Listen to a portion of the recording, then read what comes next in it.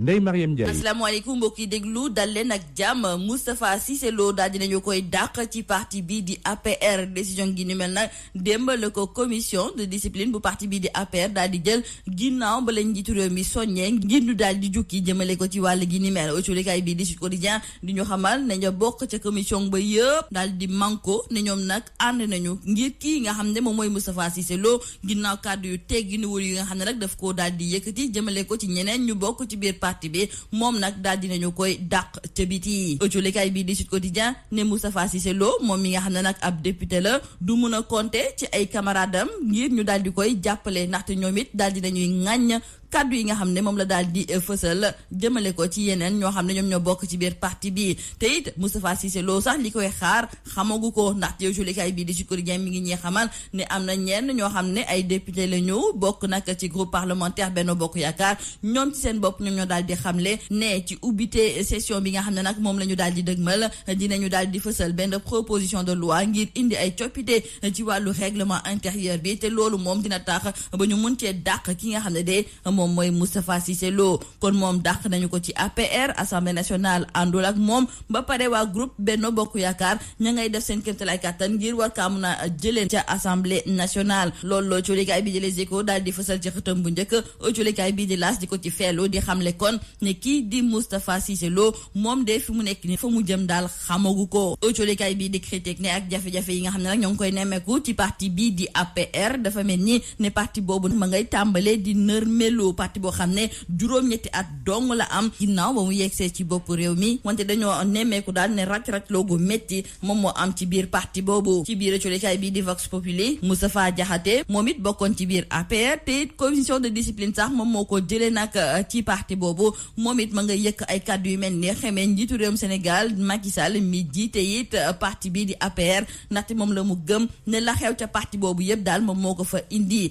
léegi nag colikaay bi di Tribune la muy laajte moom mooy ndax ñaari Moustapha yi di Moustapha Cissé Lo ak tamit Moustapha Diakhaté ndax ñaar ñooñu nga xam ne commission de discipline moo leen jëlee ca parti bi di APR ndax tey ji sax duñu xalaata dem lëngoo ak ki nga xam ne de moom mooy Idrissa Seck autolikaay bi di Tribune moom mooy fësal ab laajte gi ni mel ndaxte ñoom xam nañu daal ne ki nga xam ne de moom mooy Idrissa Seck moom ku jege Moussa Mbacké Nawel la te kooku moom mooy Serigne Moustapha Cissé Lo su fekkente ne nag yàgg nañu daal di daje ci Serigne soosu nag ndax duñu mujjee sax daal di lëngoo ngir mën a xeex Macky Sall ñu daal di jukki jëmale ko nag ci tolluwaayu réew mi ci mbas bi di Covid 19 suñu naataangoo yu ci kay bi di Le Quotidien daal di gis ne ci ñetti diwaan yii di Dakar Thiès Diourbel la ñu nemmeeku ne foofu la nit ñu bëri amee feebar bi di coronavirus wante it fii ci biir Dakar foofu nag la raay ba teene rawatina ci gox yi nekk ci diggante Yoff Ngor Almadi ak Wakam ndaxte foofu de daal dinañ fay nemmeeku lu weesu junni yu tegal téeméeri cas jëwriñ gi ñu dénk wàllu tourisme ak tamit wàllu dem ak dikk bi ci jaww ji di Alioune Sarr autolikaay bii di Vox Populi du ñu xamal